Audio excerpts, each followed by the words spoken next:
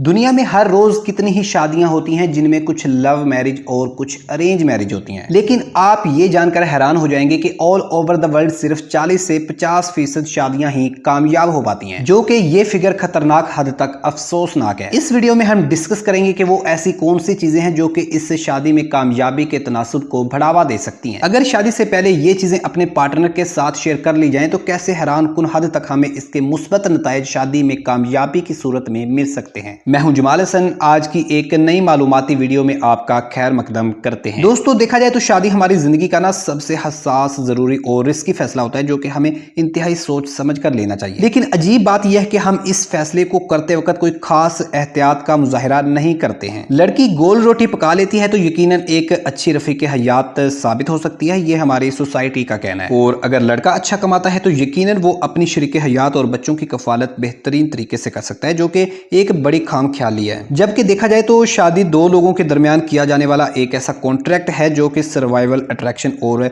बहुत से इंसानी मिजाजों का बेहतरीन इम्तिजाज होता है। देखा जाए तो ये मिजाज और ये मामलात इंसान की जिंदगी में बहुत से अलग तरीकों से रूनुमा हो सकते हैं। अगर इन मामलात को समझकर अपने लिए पार्टनर का इंतखाब किया जाए तो सोसाइटी में शादी की कामयाबी की शरह में हैरान कुन हद तक इजाफा देखने को मिल सकता है। Number 1, discuss bills. ये जान लेना जरूरी है कि आपका पार्टनर किन चीजों पर खर्च करना पसंद करता है और किन चीजों पर नहीं। वो पैसे को लेकर के कैसे साइकोलॉजी रखता है, ये जान लेना भी इंतहाई जरूरी है। Number 2, parenting styles. मेरे ख्याल से ये वाला पॉइंट तो सबसे ज्यादा इंपॉर्टेंट है।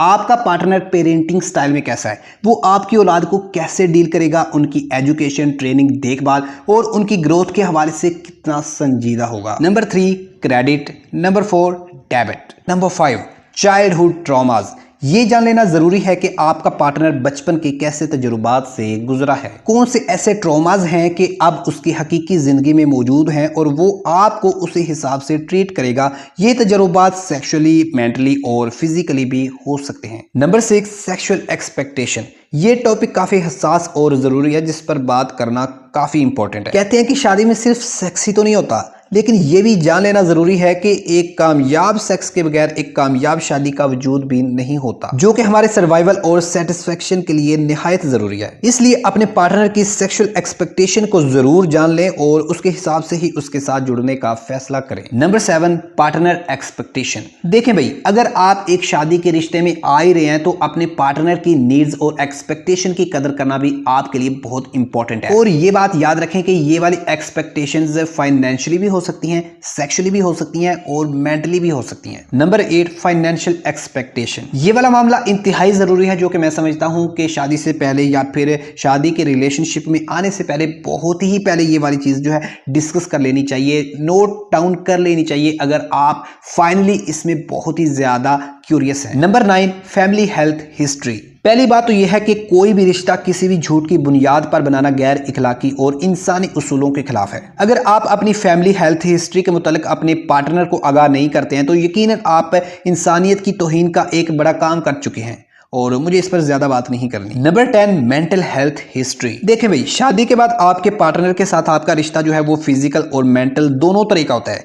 इस हवाले से एक क्लियर पॉइंट ऑफ व्यू रखना भी आपके लिए इंतहाई जरूरी है। शादी से पहले ही आपको अपने पार्टनर के साथ ये चीज क्लियरली डिस्कस करनी चाहिए कि आप बचपन में कौन से किसी मेंटल इशू को डील करते रहे हैं और उसके असरात क्या आपकी सेहत, तबीयत और नफ्सियात के ऊपर दिखाई देते हैं। देखो भाई, अगर मेरी मानो तो वाकई अगर आप अपने पार्टनर के साथ लॉयल होना तो ये वाला काम तो मस्ट करना। Number 11, carriers and education. देखें भाई, जब भी हम किसी के साथ रिलेशनशिप में आते हैं ना, इट्स डजंट मीन कि हमारी अपनी लाइफ खत्म हो गई। हमारे अपने करियर्स, गोल्स और एजुकेशन को लेकर के जो पर्पस होते हैं या फिर गोल्स होते हैं वो सारे एंड हो गए हैं। इट्स डजंट मीन, और ना ही इस बात को कभी अपने सर के ऊपर सवार करना चाहिए, बल्कि मैं समझता हूं कि अपने पार्टनर को इतनी स्पेस देनी चाहिए, टाइम देना चाहिए और उतना उसे उसके हिसाब से जिंदगी जीने का हक देना चाहिए कि वो शादी के बाद या फिर रिलेशनशिप के बाद आने के बाद अपनी गोल्स और अपनी अचीवमेंट्स को पूरा कर सके।